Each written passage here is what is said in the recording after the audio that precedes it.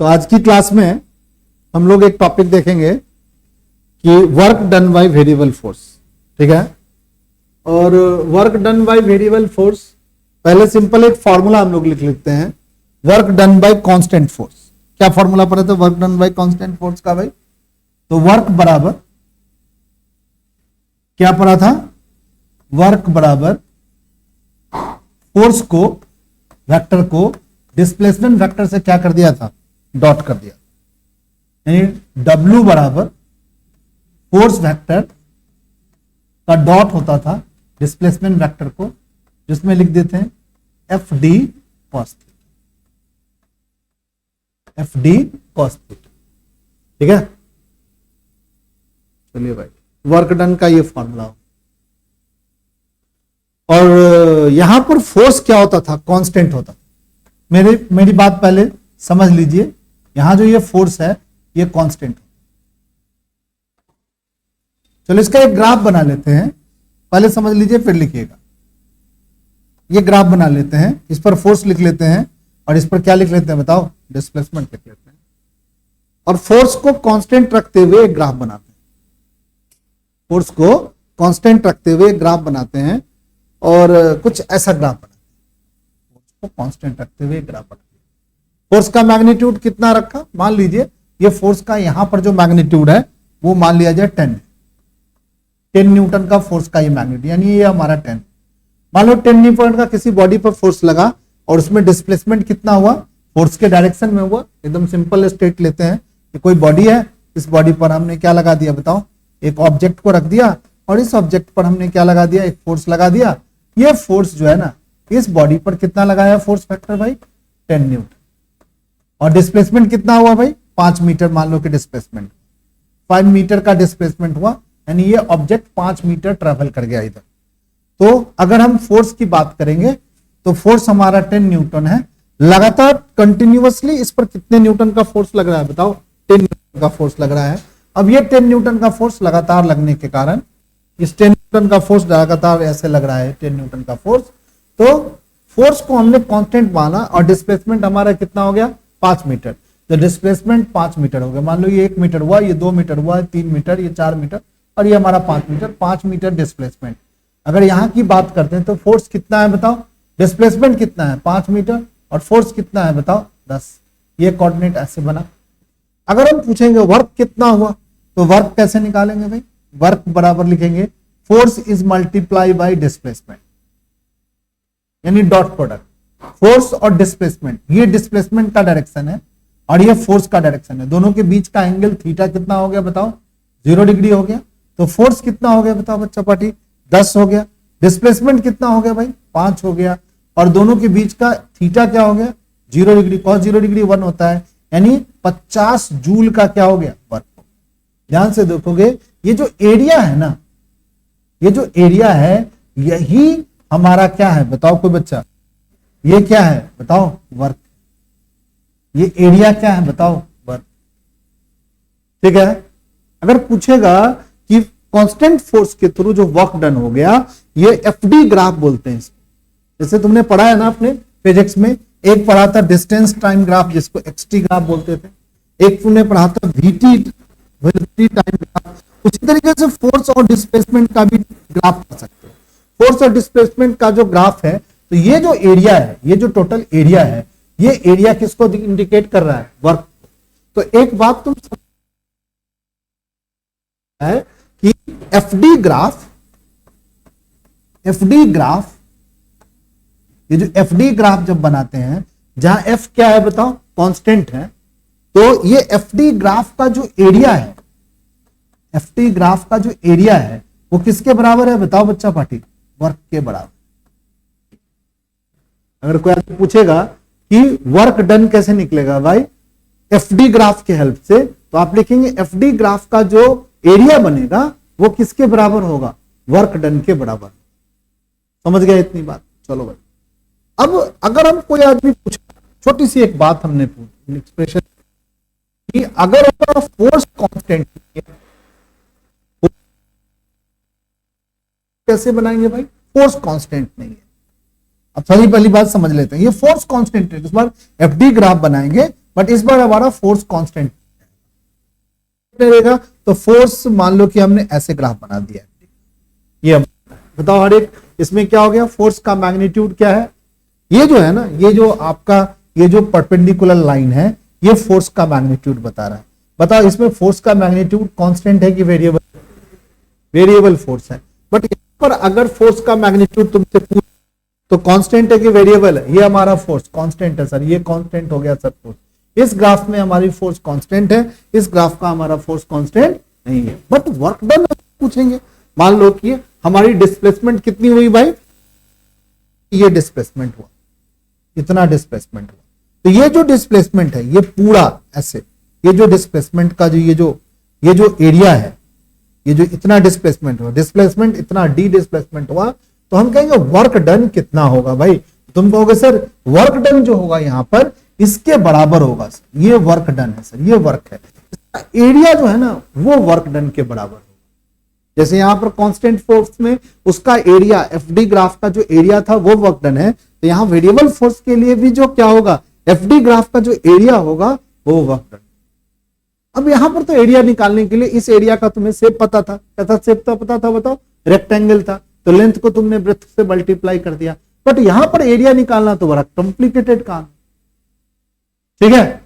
अब क्या किया, इसी को समझाने के लिए यहां पर फोर्स बताओ, इस ग्राफ में एफ क्या है, इस ग्राफ में ये एफ क्या है, एफ क्या है, वेरिएबल है, इसको एफ एक्स लिखते हैं, ऐसे लिखते हैं, क्या लिखते हैं, वेरिएबल। अब मान लो एक मिनट के लिए थोड़ी सी एक बात कर लेते हैं, तो ये बच्चे ध्यान से सुनो। अब इसका एरिया निकालने तुमने क्या सोचा, सुन रहा है सब बच्चा मेरी बात को, ये पतला सा एक छोटा सा, अरे यार ये पतला सा एक छोटा सा हमने स्ट्रिप काट लिया, तो बच्चा बताएगा इस ये स्ट्रिप का, ये जो स्ट्रिप है, इस स्ट्रिप का ये जो पतली सी स्ट्रिप है, ध्यान से सुनो मेरी बात, ये हमारी एक पतली सी स्ट्रिप है। बताओ ये पतली सी स्ट्रिप हमने काफी मोटी बना दिया, ये तो बहुत पतली होगी, ये बहुत पतला सा स्ट्रिप काट लिया। बताओ स्ट्रिप के लिए अपने फोर्स को क्या मानोगे, कांस्टेंट मानोगे कि वेरिएबल मानोगे? ये पतली सी स्ट्रिप को क्या मानोगे, फोर्स को कांस्टेंट मानोगे। ऐसे ऐसे पतली पतली स्ट्रिप काट लिया, ऐसे ऐसे पतली पतली क्या कर लिया, स्ट्रिप काट लिया, पतली पतली स्ट्रिप काटा, पतली पतली स्ट्रिप काटा, और ये माना कि उस पतली सी स्ट्रिप्स का जो ब्रेथ है, ये जो हमारा ये पार्ट है, ये वाला पार्ट जो है, ये जो है कौन सा पार्ट बताओ बच्चा, बटी हेलो बच्चा, ये वाला, ये जो है, ये जो डिस्प्लेसमेंट है, इस डिस्प्लेसमेंट को हमने डेल्टा एक्स माना। क्या माना इसको, डेल्टा एक्स माना, और इस डेल्टा एक्स को टेंस कर दिया किधर की ओर, जीरो की ओर, यानी उस जो इसका ब्रेथ है वो बहुत छोटा माना, और उस डेल्टा एक्स को टेंस किया जीरो की ओर, तो इसको लिख दिया डीएक्स। डीएक्स जब कोई भी छोटी सी चेंज वाली चीज अगर जीरो की ओर टेंस करता है तो उस डिस्प्लेसमेंट को हम क्या लिखेंगे, डीएक्स डिस्प्लेसमेंट, यानी very very small displacement. Sometime it is also called delta x displacement. But delta x displacement के लिए हमारा फोर्स क्या है बताओ, डेल्टा एक्स डिस्प्लेसमेंट के लिए हमारी फोर्स क्या है, कांस्टेंट। बट जब डेल्टा एक्स को तुम इतना मान लेते हो, इतना डिस्प्लेसमेंट मानते हो, तो क्या हमारी फोर्स कांस्टेंट रहती है कि वेरिएबल रहती है, वेरिएबल रहती है। तो हमने कहा डेल्टा एक्स वाले पतले पतले छोटे छोटे डिस्प्लेसमेंट के लिए तो फोर्स कांस्टेंट है, तो इसको हम पतले पतले स्ट्रिप में काट लिए। मान लो कि आपने एक स्ट्रिप काटा और इस स्ट्रिप में ऐसे काट लिया, ऐसा स्ट्रिप काट लिया, ऐसा स्ट्रिप, इस स्ट्रिप में आपने फोर्स को क्या माना बताओ, कांस्टेंट। डिस्प्लेसमेंट को क्या लिखा, डीएक्स लिखा या डेल्टा एक्स लिखा। चलो अब ध्यान देखो सही बच्चे, if the displacement delta x very small, we can take force fx as approximately constant।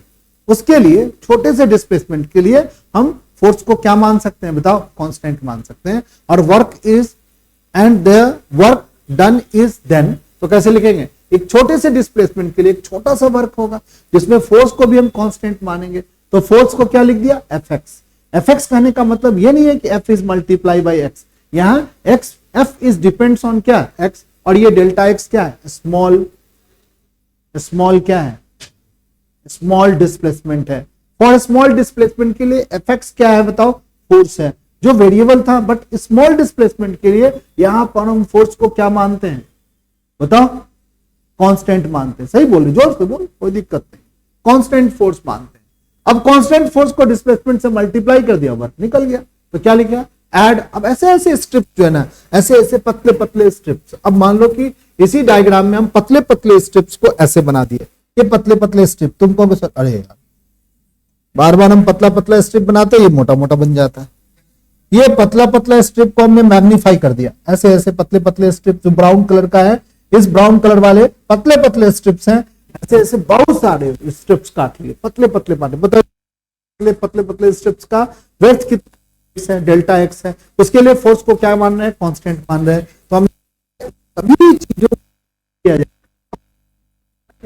Simple जोड़ दिया जाए। पहले कैसे, एक छोटा सा वर्क डन, कैसे लिखेंगे छोटा सा वर्क डन, बोलो कोई बच्चा, डी डब्ल्यू को छोटा वर्क बोलेंगे। फोर्स क्या हो गया, उस छोटे से डिस्प्लेसमेंट के लिए हमारा फोर्स कांस्टेंट है डेल्टा एक्स, ठीक है। अब ये पतले पतले स्ट्रिप में से एक स्ट्रिप का क्या निकल गया, एरिया निकल गया। कैसे निकाला, फोर्स मल्टीप्लाई बाय डिस्प्लेसमेंट, क्या ब्रेथ, हमें क्या निकल गया, एरिया। एरिया वर्क डन के बराबर होता है।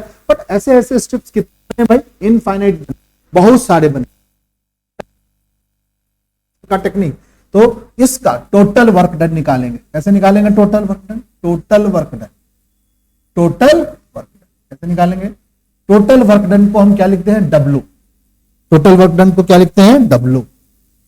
टोटल वर्क डन को क्या लिख दिया, डब्ल्यू। डब्ल्यू बराबर लिमिट लिखते हैं मैथ्स का। अब कोई भी चीज को हमने पढ़ा है कि फिजिक्स में हमारी क्या होती है, मैथ्स उसका लैंग्वेज है। तो इस सारी बातों को हम लैंग्वेज पर फॉर्म में एंड उसमें थोड़ा मैथमेटिक्स लगाएंगे। तो एक लिमिट अप्रोच लगाया और एक अप्रोच का लगाया, ये सम इंटीग्रेशन का अप्रोच लगाया, दोनों अप्रोच लगाया, ठीक है, दोनों तरीका सही है। तो कैसे लिखा लिमिट अप्रोच में भाई, limit x tends to zero, x tends to zero कहने का मतलब यहां डेल्टा एक्स आप लिख लीजिएगा, ये गलत ऐसे मत लिखिएगा, आप लिखिएगा W total work done limit delta x tends to zero summation x i से एक्स एफ तक एफ एक्स इंटू में क्या होगा, डेल्टा। ऐसे लिखा जाता है किससे, कब, जब हम क्या कहते हैं, लिमिट अप्रोच में लिखते हैं। और इंटीग्रेशन अप्रोच में कैसे लिखेंगे भाई, तो नीचे वाला इंटीग्रेशन तरीके से लिख सकते।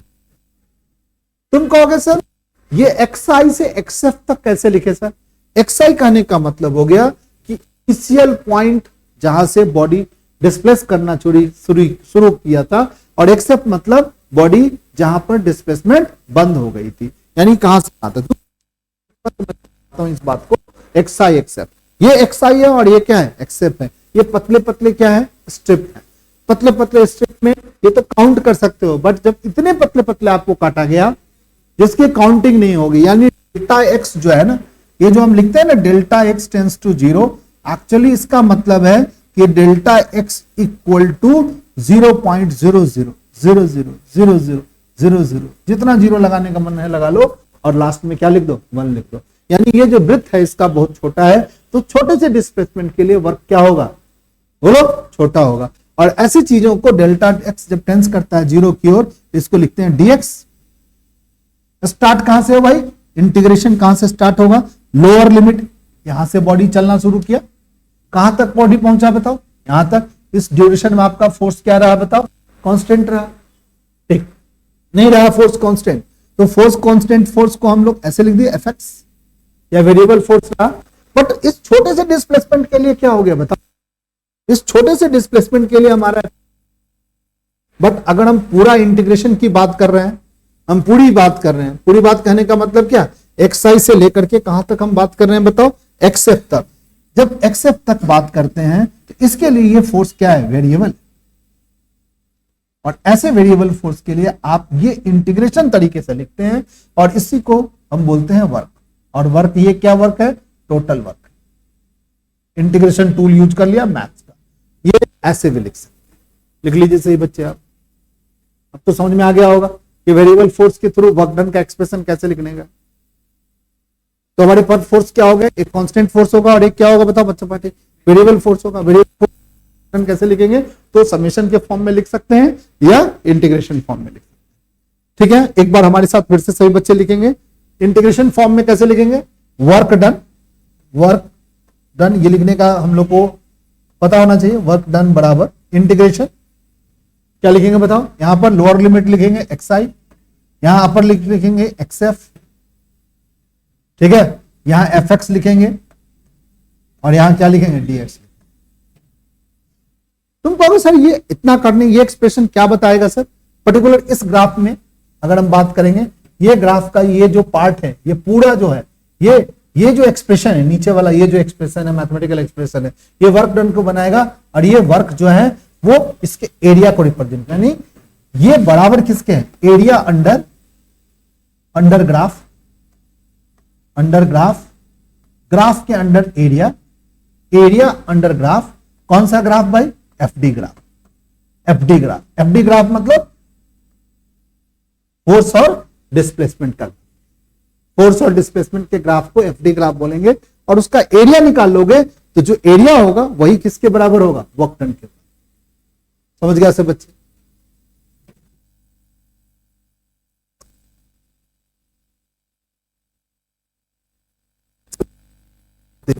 हमने तुमसे चीज पूछ लिया, जैसे हमने कोई एफडी ग्राफ बना दिया, ये हमारा एफडी ग्राफ ऐसा बना दिया, एफडी ग्राफ, ये फोर्स बना दिया और ये डिस्प्लेसमेंट बना दिया, और ये एफडी ग्राफ पर यहां पर फोर्स का मैग्नीट्यूड हमने लिख दिया, यहां पर फोर्स का मैग्नीट्यूड लिख दिया 50, ठीक है, यहां पर डिस्प्लेसमेंट हमने लिख दिया 10 और यहां पर डिस्प्लेसमेंट लिख दिया 20। हम कहेंगे वर्क डन निकालो, तो तुम कहोगे से अरे बच्चा पटी, देखो ध्यान से, तो यहां ओए ग्राफ है, ओए ग्राफ में आप देखोगे फोर्स चेंज हो रहा है, ओए ग्राफ में ये जो ग्राफ, ओए ग्राफ, ये ग्राफ बना दिया हमने, ये जो हमने बनाई, ये क्या बनाई बताओ, ग्राफ बनाई, ठीक है। ये ओए ग्राफ में हम ध्यान से देखोगे फोर्स का मैग्नीट्यूड क्या है बताओ, ये डंडा क्या है, फोर्स का मैग्नीट्यूड है, फोर्स का मैग्नीट्यूड कंटिन्यूअस क्या हो रहा है, चेंज हो रहा है, ठीक है। इस फोर्स का मैग्नीट्यूड चेंज हो रहा है तो इसका क्या निकालना पड़ेगा, इसका वर्क डन निकालने के लिए हमें क्या करना पड़ेगा, ये जो ट्रायंगल है इसका क्या निकालना पड़ेगा, एरिया निकालना पड़ेगा, ठीक है। तुम कहोगे सर वो वाला तरीका तब जब फोर्स दिया रहेगा, यहां पर फोर्स हर एक समय बदल रहा है, उसका कोई एक्सप्रेशन नहीं दिया हुआ है, ठीक है। यहां पर सीधा सीधा फोर्स लिखा हुआ है कि भैया 0 से लेकर के 50 न्यूटन तक लगातार फोर्स बदला है और कंटिन्यूअसली हमारा डिस्प्लेसमेंट हुआ है, तो हम इतने का एरिया निकाल लेंगे तो हमारा वर्क निकल जाएगा। बताओ यहां पर फोर्स कांस्टेंट है कि वेरिएबल है, तो बच्चा बता दो, यहां पर कांस्टेंट फोर्स है, कितने फोर्स कांस्टेंट है भाई, 50 न्यूटन का फोर्स के बाद डिस्प्लेसमेंट जो 10 हो रहा है, ये हमारा क्या है, कांस्टेंट है, तो इसका भी एरिया निकाल लो, यानी इसका एरिया नंबर 1 2 और ये एरिया नंबर क्या 1, इन दोनों का एरिया निकाल करके ऐड कर देंगे तो वर्क डन क्या हो जाएगा, निकल जाएगा, ठीक है।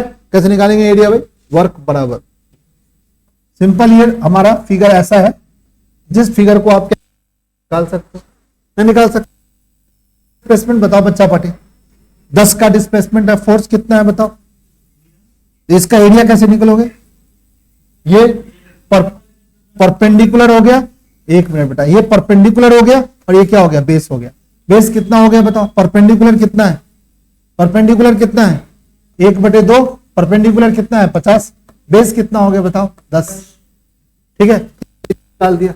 अब दो प्लस में एरिया निकाल दो, कैसे होगा बताओ, ये 10 हो गया और ये कितना हो गया 50, तो 10 और 50, 10 को 50 इज मल्टीप्लाई बाय क्या 10, ये कट गया कितना हो गया बताओ 5, 250 हो गया, 250 जूल ये हो गया और प्लस क्या हो गया बताओ 500 जूल ये हो गया, यानी टोटल वर्क डन क्या हो गया 750। समझ गया सब, नहीं पानी नहीं अलावा है क्लास के समय,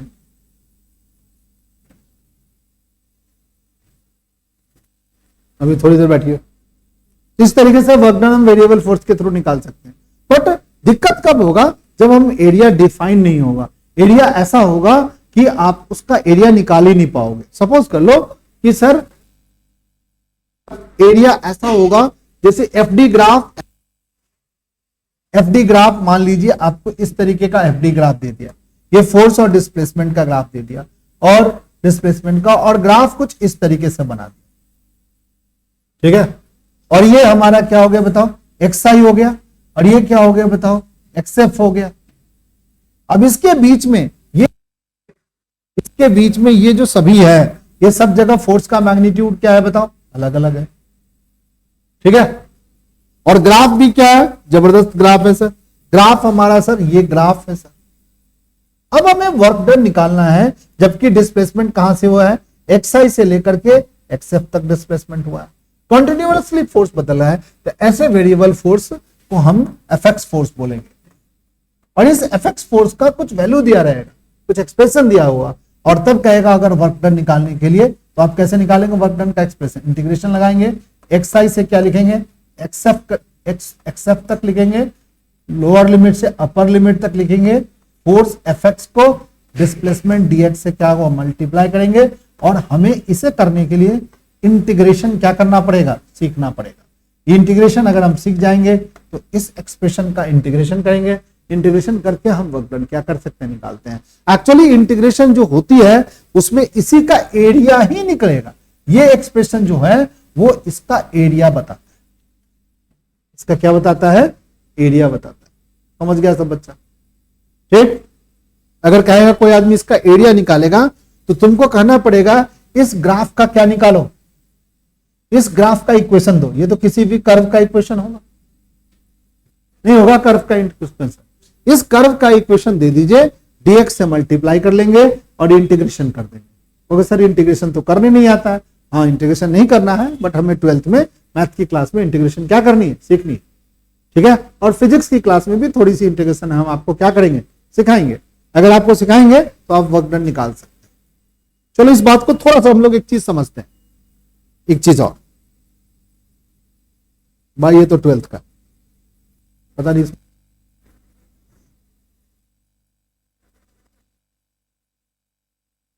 चलो एक पेज यहां लगा लेते हैं, ठीक है। चलो एक हम वर्क का एक्सप्रेशन लिख देते हैं कि वर्क फोर्स का एक्सप्रेशन लिखते हैं। कैसे लिखेंगे फोर्स का, सोचो। फोर्स बराबर लिख दिया, फोर्स बराबर लिख दिया एक्स, ऐसा लिख, ये फोर्स का इक्वेशन दे दिया। फोर्स किसके बराबर है, एक्स के बराबर।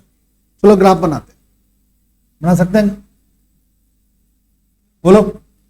ग्राफ बनाने जानते हैं ना, दो इक्वेशंस है तो ग्राफ बना सकते हैं। कैसे बनाएंगे ग्राफ भाई, ग्राफ बनाना चाहते थे, फोर्स लिखेंगे और एक्स लिखेंगे। एक्स की वैल्यू 0 है तो फोर्स की वैल्यू भी क्या होगी, 0। एक्स की वैल्यू 2 हो गई तो फोर्स की वैल्यू क्या हो गई, 2। एक्स की वैल्यू 3 हो गई तो फोर्स की वैल्यू क्या हो गई, 3। यानी डिस्प्लेसमेंट के साथ फोर्स क्या हो रहा है, बदल रहा है, ठीक है। एक्स की वैल्यू 0 तो फोर्स की वैल्यू 0 यहां पे आएगा। एक्स की वैल्यू 1, फोर्स की वैल्यू 1। एक्स की वैल्यू 2 तो फोर्स की वैल्यू, एक्स की वैल्यू 3 तो फोर्स की वैल्यू। यही ना ग्राफ हो। ग्राफ कैसे बनाया भाई, इस पर क्या लिख दिया, फोर्स, इस पे क्या लिख दिया बताओ, डिस्प्लेसमेंट, ठीक है। अब डिस्प्लेसमेंट हम कहेंगे एक्स की वैल्यू यहां पर एक्स, ये मान लो कि हमारा यहां पर डिस्प्लेसमेंट कितना है, 0 है। यहां पर डिस्प्लेसमेंट कितनी है, मान लीजिए 3। हम कहेंगे वर्क निकालो, तो तुम कहोगे तो आसान काम है सर, वर्क निकालने में क्या दिक्कत है सर, इसका एरिया निकाल लेते हैं। एरिया कैसे निकलेगा भाई, 1/2 बेस इंटू हाइट। बेस कितनी है, 3, हाइट भी कितनी है, 3, कितना हो गया 4.9 जूल का वर्क हो, नहीं हो गया 4.9 जूल का वर्क हो, आंसर खत्म। तो सर इंटीग्रेशन करके बताइए, इंटीग्रेशन की हेल्प से बताइए, ठीक है। चलिए भाई, work done by variable force क्या हमने एक्सप्रेशन पढ़ा है, तो वर्क बराबर क्या पढ़ा है बताओ कोई बच्चा, वर्क बराबर इंटीग्रेशन का साइन लगा लो सर। लोअर लिमिट लिख लीजिए सर, लोअर लिमिट कितना है एक्स की, 0। अपर लिमिट कितनी है, 3। यहां फोर्स लिखिए, इनटू में क्या लिखिए, फोर्स एक्स इनटू डिस्प्लेसमेंट। देखो एफएक्स का मतलब ये नहीं होता है कि force is multiply by x, ये फोर्स डिपेंड्स ऑन एक्स। और ये हमें किसका रिप्रेजेंट करता है, ये हमें वेरिएबल फोर्स को रिप्रेजेंट करता है। क्या रिप्रेजेंट करता है, वेरिएबल फोर्स को रिप्रेजेंट। तो बताओ यहां पर वेरिएबल फोर्स किसके बराबर है, कोई बच्चा बता दो कि वेरिएबल फोर्स किसके बराबर है। यहां पर वेरिएबल फोर्स एफएक्स जो है, ये जो वेरिएबल फोर्स है वो किस पे डिपेंड कर रहा है, एक्स पे डिपेंड करता है। यानी एफएक्स की वैल्यू किसके बराबर है, एक्स के बराबर है। यहां एक्स इंटू में क्या लिख देंगे, डीएक्स, एक्स इंटू क्या लिख देंगे, डीएक्स। फॉर्मूला इंटीग्रेशन का पकड़ लो, एक्स की power n into dx, x की पावर एन इंटू डीएक्स। क्या फॉर्मूला था, एक्स की पावर n+1 बाई में क्या होगा, n+1, ये इंटीग्रेशन का फॉर्मूला है। ठीक है, ये क्या है, इंटीग्रेशन का एक फॉर्मूला है जो हमें याद रखना है। ये लिखने का तरीका और ये रिजल्ट आया इंटीग्रेशन करने के बाद। जैसे इंटीग्रेशन कैसे करेंगे भाई, जैसे integration x into D x, क्या होगा इंटीग्रेशन भाई, x की पावर 1 प्लस 1 बाय में क्या होगा 1 प्लस 1, क्या हो गया भाई x की पावर 2 बाय में 2, ये इंटीग्रेशन का रिजल्ट है। x का इंटीग्रेशन क्या होगा भाई, एक्स स्क्वायर बाय में 2। अब क्या लिखेंगे, एक लोअर लिमिट 0 डालेंगे और एक अपर लिमिट क्या डालेंगे 3 डालेंगे, ऐसे लिखेंगे। फिर से समझेंगे, x इंटू डी एक्स का इंटीग्रेशन स्क्वायर बाय 2 होता है, एक्स स्क्वायर बाय 2 लिखें, एक लोअर लिमिट लिखेंगे और एक क्या लिखेंगे अपर लिमिट लिखेंगे। और इसको लोअर लिमिट, अब पहले हम लोग अपर लिमिट को डाल देंगे, अपर लिमिट डालेंगे x की जगह, तो 3 का क्या लिखेंगे बताओ स्क्वायर बाय में 2 लिखेंगे, माइनस 0 का स्क्वायर बाय में 2 लिखेंगे। 3 का स्क्वायर क्या होगा बताओ बच्चा पटी, लोअर लिमिट को डाल करके स्क्वायर करके माइनस करेंगे, 3 का स्क्वायर 9 हो गया, 9/2 हो गया, कितना हो गया बताओ 4 पॉइंट क्या हो गया 5। आंसर क्या आया, सेम आया क्या लगाया, हाँ सर सेम आया। ठीक है, यहां पर जो फिगर था वो फिगर कैसा था, आसान फिगर था, तो उस ज्योमेट्रिकल फिगर आसान होने के कारण आप सिंपल तरीके से भी क्या कर सकते हो, एरिया निकाल लो। बट अगर आपको एरिया नहीं निकालने के लिए हो रहा है, किसी कारण से कॉम्प्लेक्स फिगर है, तो यू हैव टू डू क्या, इंटीग्रेशन। बट फोर्स का एक्सप्रेशन आपको क्या होगा, गिवन होगा, तब आप work done by variable force क्या कर सकते हो, निकाल सकते हो। समझ गया इतनी बात, ठीक है। तो आज बेसिक जो बताने का यही एक क्या बात थी जो आपको सीखना है। तो work done by variable force का एक्सप्रेशन जब भी आपसे पूछे तो आप work done by variable force का एक्सप्रेशन उस तरीके से लिखेंगे। और इस चीज को हम एफ को कभी भी ये नहीं मानेंगे F is multiply by x, यहां पर क्या मानेंगे F is depends on x. Integration वाला, इंटीग्रेशन वाला ये वाला मार्क आपको यूज करना है, वो भी लिख सकते हैं बट ये लिमिट फॉर्म में और डेल्टा है। चलिए इतनी बात समझ गए सब बच्चा। चलिए इसके आगे एक चीज और हम लोग देखेंगे, ये समझ गया। अब work energy theorem for variable force, इस बात को हम लोग समझेंगे। Work energy theorem for variable, देखो थ्योरम का स्टेटमेंट कुछ नहीं बदलेगा, स्टेटमेंट तो वही रहेगा। स्टेटमेंट क्या रहेगा कि change of kinetic energy equal to क्या, वर्क डन। बट यहां पर फोर्स को कांस्टेंट नहीं मानेंगे, ठीक है, यहां पर फोर्स को कांस्टेंट नहीं मानेंगे। स्टेटमेंट क्या लिखेंगे भाई, स्टेटमेंट वही लिखेंगे, वर्क एनर्जी थ्योरम का स्टेटमेंट वही था, the change in kinetic energy of particles is equal to work done on it by the net force, नहीं बाय द क्या लिखेंगे, वेरिएबल फोर्स। स्टेटमेंट लिखेंगे the change of kinetic energy of particles is equal to, देखो सही बच्चों, change in kinetic energy of particles, देखो सही बच्चे, change in kinetic energy of particles, change in kinetic energy of particles, energy of particles, change in kinetic energy of particles is equal to work done by variable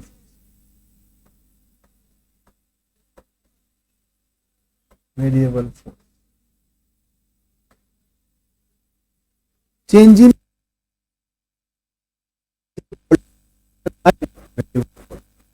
को mathematics से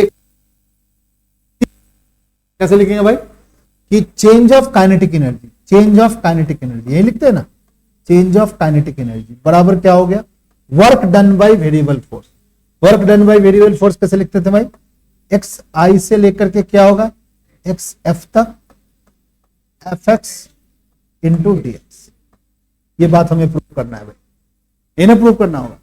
change of kinetic energy, change of kinetic energy को कोई बच्चा लिख सकता है कैसे, kinetic energy final, kinetic energy final minus kinetic energy क्या, काइनेटिक एनर्जी इनिशियल बराबर इंटीग्रेशन x1 से लेके xf तक, ठीक है, fx इंटू dx। ये भी तरीका है लिख सकते,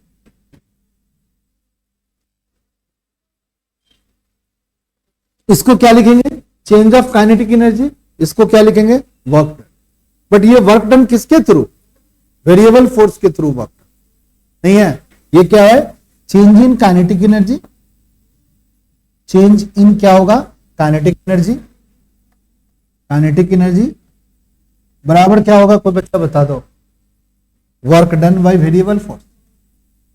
वर्क डन बोलो बाय वेरिएबल फोर्स। इसको हमें प्रूव करना है भाई, वर्क डन बाय वेरिएबल। चलो हम लोग इसको प्रूव करते हैं। सही बच्चे, इतनी बात लिख लो और हम इसको प्रूव करके देखते। वर्क डन बाय वेरिएबल, ठीक है। चलिए, एक एक्सप्रेशन लिखना है, तो अब इसको प्रूव करने के लिए कैसे कैसे लिखेंगे? यहां पर हम लोग लिखेंगे प्रूफ।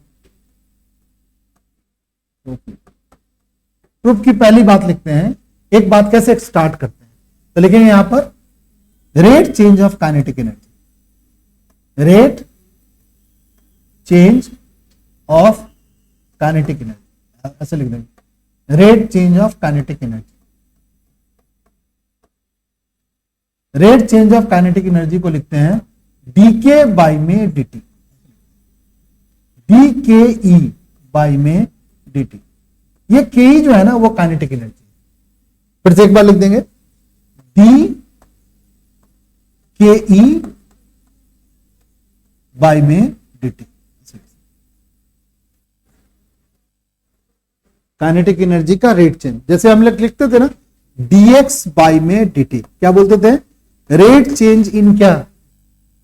रेट चेंज इन क्या? पोजीशन। फिर क्या लिखते थे? डीवी बाई में डीटी, क्या लिखते थे? रेट चेंज इन क्या? उसी तरीके से डीपी बाई में डीटी, क्या लिखते थे? रेट चेंज इन क्या? Rate change in velocity, rate change in displacement, rate change in rate change in kinetic energy, ऐसे लिखे rate change in kinetic energy.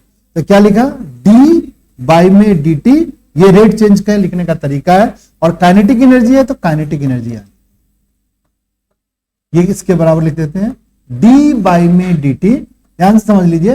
और ये काइनेटिक एनर्जी का यहाँ एक वैल्यू लिख दीजिए, एक्सप्रेशन लिख दीजिए। क्या होता है काइनेटिक एनर्जी? 1/2 mvs। तो दिक्कत किसी को? 1/2 mvs²। अब ध्यान से देख लो पहले 1/2 और m, तो ये बच्चे देख लो 1/2 इंटू m क्या है? कांस्टेंट है, मास भी चेंज नहीं होगा और 1/2 भी। तो ये टाइम के साथ चेंज नहीं होगा। इस चेंज वाली चीज नहीं होने वाली चीज को बाहर निकाल लो डेरिवेटिव ऑपरेटर से। और डेरिवेटिव किसका होगा? D by D T. किसका डेरिवेटिव होगा बताओ? वी² का डेरिवेटिव, ठीक है। अब क्या होगा वी² का डेरिवेटिव? तो 1/2 m वी² का डेरिवेटिव होता है 2v dv बाई में dt। वी² का डेरिवेटिव टाइम के रिस्पेक्ट ऐसे लिखेंगे। इस 2 से इस 2 को काट देंगे तो क्या लिखेंगे? mv इनटू में dv बाई में dt। dv बाई में dt को क्या लिखते थे? कोई बच्चा बताएगा? एक्सेलरेशन लिखते थे। यहाँ dv बाई dt को एक्सेलरेशन लिखते। इस 2 से 2 काट दिया, इस 2 से इस 2 को क्या कर दिया? इस 2 से इस 2 को कट कर दिया। चलिए भाई, तो mv dv बटे में dt को क्या लिख दिया? a, acceleration. Mass into acceleration, mass into acceleration into velocity. Mass into acceleration को फोर्स लिख दिया और v को लिख दिया dx बाई में dt। ये वेलोसिटी है, ये dx बाई में, ये dx बाई में dt। यहां क्या लिखा है? d बाई में dt और यहां क्या लिख दिया? ke। इतनी बात के बाद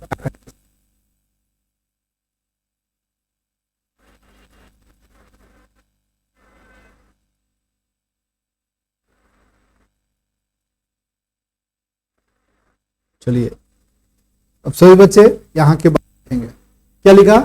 डी के ई, यहां के बाद यहां लिखेंगे बाई में dt बराबर क्या लिखा बताओ? फोर्स इनटू में dx बाई में dt। dt से ये dt क्या कर दिया? काट दिया। अब क्या लिख दिया भाई? डी के ई बराबर लिख दिया f इनटू में क्या लिखेंगे? dx। अब नाउ इंटीग्रेट बोथ साइड,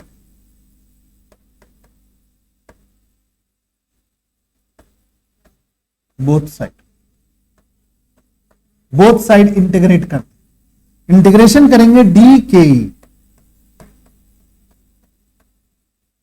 बराबर एफ लिखेंगे और यहां dx लिखेंगे और इसको इंटीग्रेट करेंगे। यहां पर प्रॉपर लिखेंगे, प्रॉपर लिमिट लिखेंगे, एक्स आई यहां क्या लिखेंगे एक्स एफ। एक्स आई पोजिशन पर वेलोसिटी क्या था, काइनेटिक एनर्जी के आई था, के ई आई था, और एक्स एफ पोजिशन पे काइनेटिक एनर्जी क्या था, के ई एफ था। अब इंटीग्रेशन होगा डी के ई का इंटीग्रेशन के ई होता है, यहां के डी हट जाएगा, किसका होगा भाई काइनेटिक एनर्जी, बोलो इनिशियल, और काइनेटिक एनर्जी क्या हो गई बताओ फाइनल। और ये पूरा एक्सप्रेशन क्या कहलाता है, work done, work done by बोल दो वेरिएबल फोर्स। अब क्या करते हैं, एक बार ऊपर ले और एक बार क्या करते हैं बताओ, एक बार आप लिमिट लिख देते हैं इस एक्सप्रेशन में। तो काइनेटिक एनर्जी क्या लिखेंगे बताओ, फाइनल माइनस काइनेटिक एनर्जी क्या लिखेंगे बताओ, इनिशियल बराबर work done. This is the proof of क्या, बोलो वर्क एनर्जी थ्योरम बाय क्या, वर्क एनर्जी थ्योरम बाय क्या होगा, वेरिएबल फोर्स के वर्क डन का एक्सप्रेशन आपने निकाल लिया। आज की क्लास में दो बातें हमने पढ़ा, work done by variable force पढ़ा, work done by constant force पढ़ा, और इंटीग्रेशन के थ्रू कैसे वर्क डन का एक्सप्रेशन हम निकालेंगे। आज की क्लास यहीं रखेंगे, नेक्स्ट क्लास में फिर इसकी बात को हम लोग आगे की ओर क्या करेंगे, ले जाएंगे। ठीक है सही बच्चे।